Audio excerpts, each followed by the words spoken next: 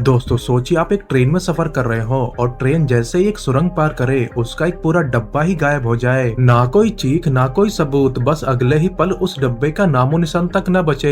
आखिर वो डिब्बे जाते कहाँ हैं और उसके अंदर बैठे लोगों के साथ क्या होता है? क्या कोई इस मौत की ट्रेन से जिंदा वापस लौट पाया? आइए जानते हैं द ट्रेन ऑफ डेथ की रोंगटे खड़े कर देने वाली कहानी। मूवी की शुरुआत होती है एक हरे भरे रहस्यमय जंगल से, जहाँ रेलवे लाइन बिछाने के लिए जंगल को बेतहाशा काटा जा रहा था। इसके बाद हम एक शेमन को देखते हैं जो वहाँ काम कर रहे कंस्ट्रक्शन ऑफिसर के पास जाकर जंगल की कटाई रोकने और रेलवे टनल बनाने से मना करता है। शेमन कहता है अगर जंगल की कटाई नहीं रोकी गई तो यहाँ बहुत बड़ा विनाश होगा, लेकिन ऑफिसर शेमन को ढोंगी समझकर उसे धक्के मार के कैंप से बाहर निकाल देते हैं। तब शेमन कहता है तुम्हें अब कोई नहीं बचा सकता, ना तुम्हारा पैसा और ना ही तुम्हारा भगवान। रात को हम पेमन और दात्रो नाम के दो लेबर को देखते हैं जो अपनी शिफ्ट खत्म होने के बाद भी काम कर रहे थे। दरअसल इन दोनों को पैसों की बहुत जरूरत थी, इसीलिए ये दोनों ओवर टाइम कर रहे थे। पेमन काम करने के लिए टनल के अंदर जाता है। थोड़ी देर बाद जब दात्रो से पुकारता है तो पेमन कोई जवाब नहीं देता।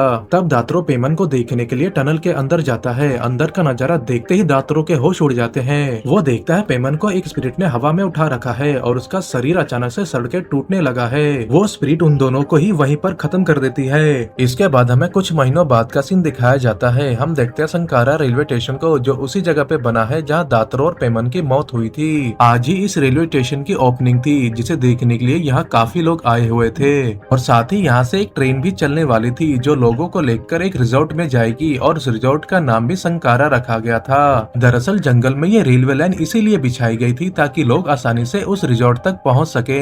इसके बाद हम सेंतासो और बारह को देखते हैं। सेंतासो ने ही इस रेलवे लाइन के पूरे प्रोजेक्ट को फाइनेंस किया था और बारह ने ही फाइनेंस के जरिए इस रेलवे स्टेशन को खुद बनवाया था। इसके बाद हम दो बहनों को देखते हैं, पूर्णिमा और कैम्बन। ये दोनों भी संकारा रिजॉर्ट में जाने के लिए ही आई थी। पूर्णिमा कहती है ये ट्रेन 5 सुरंगों से गुजरने के बाद संकारा रिजॉर्ट तक पहुंचेगी। वो दोनों रिजॉर्ट के बारे में ही बातें कर रही थी, तभी उनकी नजर वहां प्रोटेस्ट कर रही महिलाओं पर जाती है। ये महिलाएं वही है जिनके पतियों ने इस रेलवे लाइन को बनाने में काम किया था। यहाँ काम पर आने के बाद कभी इनके पति घर वापस नहीं गए और न ही कभी इनको ढूंढने की कोशिश की गई, इसलिए ये महिलाएं यहाँ पर प्रोटेस्ट कर रही थी। बारह उन महिलाओं को हटवाते हुए कहता है ये लोग यहाँ के रहने वाले हैं और ये लोग नहीं चाहते यहाँ कोई रेलवे लाइन बने। इसी बीच ट्रेन के चलने का टाइम होता है, तभी ये दोनों बहनें टेकोन नाम के एक स्टाफ से अपनी फोटो क्लिक करवाती हैं और अपने कोच नंबर 5 में चढ़ जाती हैं। यह एक टूरिस्ट ट्रेन है, इसीलिए इसमें केवल 5 ही डब्बे हैं। ट्रेन में हम पेमन की वाइफ रामला को भी देखते हैं। रामला पेमन के गायब होने से बहुत ही परेशान रहने लगी थी। रामला ने प्रोटेस्ट का रास्ता नहीं चुना, वो सीधा सेंतासो से मिलने के लिए इस ट्रेन में ही आ गई। तभी ट्रेन का कंडक्टर सेडिक ट्रेन को चालू करता है और ट्रेन संकारा रिजॉर्ट के लिए निकल पड़ती है। कोच नंबर 2 में हम कुछ इंस्टाग्राम इन्फ्लुएंसर के साथ एक कपल को भी देखते हैं।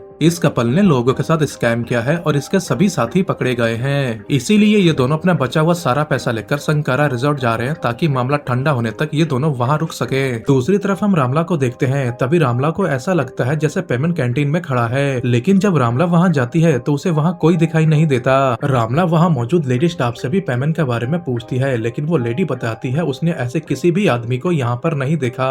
तभी रामला को अगले कोच में सेंतासो दिखाई देता है। वो उससे मिलने के लिए जाने लगती है। तभी वहाँ की स्टाफ रामला को रोक लेती है और कहती है मैडम इकोनॉमी क्लास वालों का बिजनेस क्लास में जाना मना है। इधर सेंतासो आज हुए प्रोटेस्ट से बहुत ही नाराज थे। तब बारह उन्हें शांत करते हुए बताता है। बारह कहता है मैंने रेलवे लाइन के काम से कुछ मजदूरों को निकाल दिया था, इसीलिए ये लोग प्रोटेस्ट कर रहे हैं। दूसरी तरफ कैम्बन देखती है कि एक कौवा उसका लगातार पीछा कर रहा है और अचानक शीशे में आके टक्कर मारता है, जिसे देखकर कैम्बन डर जाती है। लेकिन तभी पूर्णिमा की तबीयत खराब होने लगती है और वो वॉमिटिंग करने के लिए बाथरूम जाती है, लेकिन उसके कोच का बाथरूम बिजी होता है, इसीलिए उसको कोच नंबर 4 के बाथरूम में जाना पड़ता है। और ठीक उसी वक्त ट्रेन अपने पहले टनल से गुजरती है। टनल में घुसते ही ट्रेन का माहौल एकदम से बदल जाता है। हम बाथरूम में भी पूर्णिमा के पीछे पेमन की आत्मा को साफ देख पाते हैं। इधर काफी देर होने के बाद जब पूर्णिमा लौटकर नहीं आती तो कैम्बन उसे ढूंढते हुए कोच नंबर 4 में चली जाती है। दूसरी तरफ सैडिक देखता है कि कोच नंबर 5 के दरवाजे में कुछ प्रॉब्लम है, इसीलिए वो डोंग नाम के एक स्टाफ को उसे चेक करने के लिए भेजता है। तभी हम कोच नंबर 5 में बैठी एक छोटी सी बच्ची को देखते हैं। उस बच्ची को वहाँ पर एक दूसरी लड़की भी दिखाई देती है और जब वो बच्ची उस लड़की के पास जाती है तभी वो लड़की एक डेमोनिक स्पिरिट में बदल जाती है। उस स्पिरिट के पीछे हम एक बहुत बड़े जिन को भी देख पाते हैं। ये सब देख के वो छोटी सी बच्ची बहुत ही डर गई थी।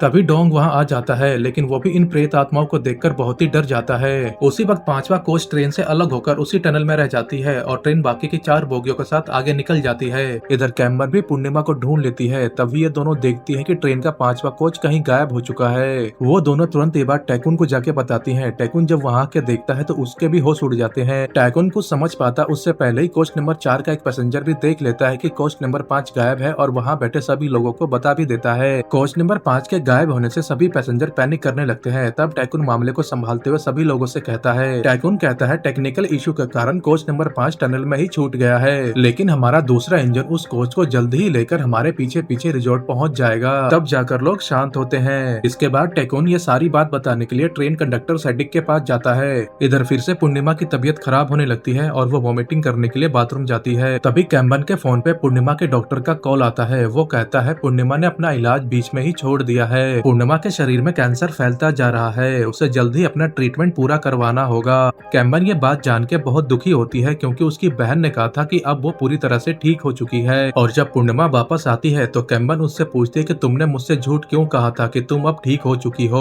पूर्णिमा कहती है मैं दवाइयाँ और इंजेक्शन ले लेकर परेशान हो गई थी। मैं जानती हूँ मैं शायद अब बचने वाली नहीं हूँ और इसीलिए मैं अपना आखिरी वक्त तुम्हारे साथ बिताना चाहती हूँ। तब कैम्बन कहती है तुम्हें अपना इलाज पूरा कराना होगा। अगर तुम्हें कुछ हो गया तो मुझे हमारे डैड के साथ रहना होगा जिनको हमारी बिल्कुल भी परवाह नहीं है। तब जाकर पूर्णिमा अपना इलाज कराने के लिए मानती है। इधर टैकुन देखता है कि कंट्रोल पैनल पूरी तरह से बर्बाद हो चुका है और साथ ही उसको वहाँ पर रेलवे वर्कर्स की आत्माएं भी दिखाई देती है। ये सब देखकर टैकुन बहुत ही डर गया था और उसी वक्त सेडिक भी वहाँ पहुँच जाता है। टैकुन सिडिक को बताता है कि 5th कोच गायब हो चुका है और कंट्रोल पैनल भी खराब हो गया है, जिस कारण हमारा इमरजेंसी टीम से कांटेक्ट नहीं हो पा रहा। सेडिक को टैकुन की बातों पे यकीन नहीं होता कि ऐसा कैसे हो सकता है, लेकिन जब वो खुद कैमरे से देखता है तब उसे यकीन होता है कि 5वां कोच सचमुच गायब हो चुका है। जिसके बाद सेडिक टैकुन को चौथे कोच के पैसेंजर्स का ठीक तरह से ख्याल रखने के लिए कहता है और साथ ही वो टैकुन से कहता है कि सेंतासो को इस बारे में बिल्कुल भी पता न चले।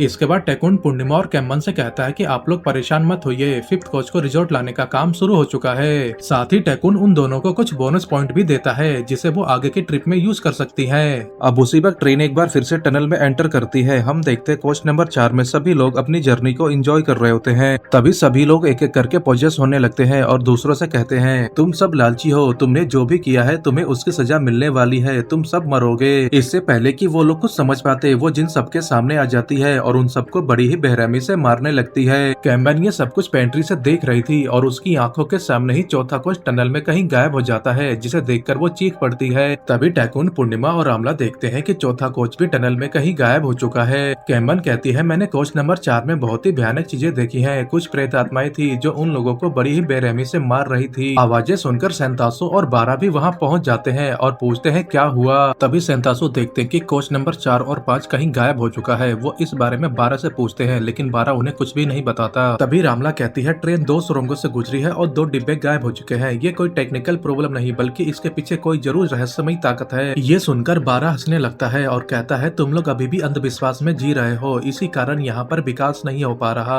तब कैम्बन कहती है ये कोई अंधविश्वास नहीं है, मैंने भी ट्रेन में वो चीजें देखी हैं। लेकिन 12 फिर भी नहीं मानता और वो कैम्बन को डांटने लगता है। तब सेंतासो 12 को यहाँ से जाने के लिए कहता है। इसके बाद सेंतासो टैकुन से कहता है कि जल्दी से जल्दी इमरजेंसी टीम से कांटेक्ट करके उन दोनों डिब्बों को लाने के लिए कहो। तब टैकुन कहता है सर हमारा रेडियो सिस्टम काम नहीं कर रहा, इस कारण हम किसी से कांटेक्ट नहीं कर पा रहे। इधर अपने कोच में आने पर 12 को एक सीट पर एक अजीब सा पौधा उगता हुआ दिखाई देता है। इससे पहले कि उस पौधे को कोई और देखता, 12 उस पौधे को उठाकर वहाँ से फेंक देता है। इसके बाद 12 सिटी के पास जाता है और कहता है मैं जल्दी से जल्दी रिजॉर्ट पहुँचना होगा और उन दोनों डिब्बों को वापस लाना होगा और उन डिब्बों में मौजूद सभी लोगों को वीआईपी ट्रीटमेंट देकर उन सबका मुंह बंद करना होगा, क्योंकि अगर बाहर उन्होंने किसी को इस घटना के बारे में बता दिया तो हमारा पूरा प्रोजेक्ट बंद हो जाएगा। तब सिडिक 12 को कोच नंबर 5 के गायब होने से पहले का वीडियो दिखाता है जिसमें वो जिन साफ साफ दिखाई दे रही थी। ये देखते ही 12 तुरंत ये वीडियो डिलीट करवा देता है और कहता है सेंतासो को इस बारे में बिल्कुल भी पता न चले, क्योंकि अगर सेंतासो को इस बारे में पता चल गया तो 12 की जॉब चली जाएगी। जिसके बाद सिडिक सेंतासो के पास जाकर उसको वीआईपी कोच में जाने के लिए कहता है। तब सेंतासो सिडिक को पूर्णिमा, कैम्बन और रामला को बिजनेस क्लास में शिफ्ट करने के लिए कहता है। पूर्णिमा और कैम्बन टैकुन के साथ कोच नंबर 2 में चली जाती है। तब रामला सेंतासो को अपनी पति के फोटो दिखाती है और उससे पूछती है रामला कहती है मेरे पति रेलवे टनल में काम करते हुए गायब हो गए थे और तब से लेकर आज तक उनका कुछ पता नहीं चला। लेकिन सेंतासो को इस बारे में कुछ भी पता नहीं था। अगर बारा उनको इन सब के बारे में बता देते तो वो शायद प्रोजेक्ट को शुरू ही नहीं करते। दूसरी तरफ पूर्णिमा टेकुन से अकेले में पूछती है कि यहाँ पर क्या हो रहा है। तब जाकर टेकुन पूर्णिमा को सारी सच्चाई बताता है। वो कहता है यहाँ मौजूद किसी भी ऑफिसर को नहीं पता कि ट्रेन में क्या हो रहा है, लेकिन मैंने महसूस किया है कि इस ट्रेन में प्रेत आत्माएं हैं। ये सुनकर पूर्णिमा बहुत ही डर जाती है। तभी एक बार फिर से पूर्णिमा को वॉमिटिंग आती है और वो बाथरूम जाती है, लेकिन इस बार वॉमिटिंग के साथ पूर्णिमा के मुंह से खून भी आता है। पूर्णिमा की तबीयत अब और भी खराब हो गई थी। तभी ट्रेन तीसरे टनल में एंटर करती है। टनल में घुसते ही तीसरे डिब्बे से चीखें सुनाई देने लगती है। चीख सुनकर जब सेंतासो वहाँ पहुँचता है तब वो देखता है कि दरवाजे पे एक भयानक जिन बैठा हुआ है। इससे पहले कि वो लोग भाग पाते वहाँ बहुत सारी प्रेत आत्माएं आकर उनको घेर लेती है। वहाँ मौजूद सभी लोग समझ जाते हैं कि जंगल की प्रेत आत्माएं और जिन है। तभी एक लड़की चाकू दिखाकर उन प्रेत आत्माओं को जाने के लिए कहती है। यह देखकर एक डीमन गला काटने का इशारा करता है, जिसके बाद वह लड़की खुद अपना गला काट लेती है। तभी वहाँ पर वो जिन भी आ जाती है और एक एक करके सबको मारने लगती है। सेंतासो को भी वो जिन बड़ी ही बेरहमी से मार देती है और ये सब पूर्णिमा अपनी आंखों से देख लेती है और वो जल्दी से टेकुन को बुलाती है ताकि उन लोगों की मदद की जा सके। लेकिन तभी तीसरा कोच भी ट्रेन से अलग होकर टनल में ही रह जाता है और बाकी की ट्रेन बाहर आ जाती है। टेकुन के कोच में आते ही वहाँ के सभी लोग पूछने लगते हैं कि बाकी के 3 डिब्बे कहाँ गायब हो गए। कि तभी वहीं पर सेडिक और बारा भी आ जाते हैं। टेकुन सेडिक से कहता है कि ये ट्रेन यहीं पर रोक दो, नहीं तो अगले टनल में जाते ही ये कोच भी गायब हो जाएगा। लेकिन बारा इन तीनों डिब्बों के मिसिंग होने का इल्जाम उल्टा इन चारों के ऊपर ही लगा देता है। बारा कहता है जिन डिब्बों में तुम बैठे थे वो सभी डिब्बे गायब हो गए, लेकिन तुम कैसे बच गए। बारा बाकी बचे हुए पैसेंजर्स को भड़काते हुए कहता है ये चारों ट्रेन को लूटने के लिए आए हैं। इनके साथ इनकी पूरी टीम है जो एक एक करके डब्बों को गायब कर रही है। बारा की बातें सुनकर बिजनेस क्लास के सभी पैसेंजरों को यकीन हो जाता है कि ये चारों ट्रेन को लूटने के लिए ही आए हैं। तभी वो कपल जो पुलिस से बचने के लिए संकारा रिजॉर्ट जा रहा था एक बियर की बोतल तोड़कर उन चारों को डराने लगता है। ये सब देखकर बारा दूसरे कोच में भाग जाता है। तभी रामला कहती है कि चौथा टनल भी आने वाला है। पूर्णिमा भी कहती है अब इसी कोच की बारी है, अगर हम सब आगे के कोच में नहीं गए तो यहाँ मौजूद सभी लोग मारे जाएंगे। लेकिन वो जड़ बुद्धि उनकी बातों को नहीं मानता। तब टेकुन उसको रोकने के लिए आगे बढ़ता है और इसी अफरा तफरी में वो बंदा पूर्णिमा के हाथों गलती से मारा जाता है। ये सब देखकर सिडिक भी वहाँ से भाग जाता है। अब वहाँ मौजूद सभी लोग पूर्णिमा, कैम्बन, रामला और टेकुन को पकड़ने लगते हैं। तब पूर्णिमा उसी बोतल से उन सबको डराती है और उन तीनों को कोच नंबर 4 से बाहर निकालती है। इधर बारा ने फर्स्ट कोच का गेट बंद कर दिया था। तब टेकुन उस कांच को तोड़ता है और उन तीनों लड़कियों को उस कोच में भेजता है। लेकिन उसी वक्त वहाँ पर चौथे कोच के लोग आकर टेकुन को मारने लगते हैं और ठीक उसी वक्त ट्रेन चौथे टनल के अंदर एंटर करती है। टनल में जाते ही वो जिन सबके सामने आ जाती है, जिनका ऐसा डरावना रूप देखकर वो सभी लोग डर से कांपने लगते हैं। इसी मौके का फायदा उठाकर टेकुन आगे की कोच में चला जाता है। इधर चौथे कोच के सभी लोगों को जिन एक एक करके बड़ी ही बेरहमी से मारने लगती है। ये सब देखकर वो चारों अपनी जान बचाने के लिए आगे वाली कोच का दरवाजा पीटने लगते हैं। तब जाकर सेडिक दरवाजा खोलता है। उन चारों के अंदर आते ही चौथा कोच भी टनल के अंदर गायब हो जाता है। टेकुन सेडिक से ट्रेन रोकने के लिए कहता है। सेडिक भी ट्रेन रोकने के लिए मान जाता है, लेकिन तभी बारा सेडिक से इंजन रूम की चाबी ले लेता है और कहता है मैं जाकर ड्राइवर से ट्रेन रुकवाता हूँ। लेकिन बारा इंजन रूम में जाकर ड्राइवर से ट्रेन की स्पीड बढ़ाने के लिए कहता है ताकि वो जल्दी से रिजॉर्ट पहुंच सके।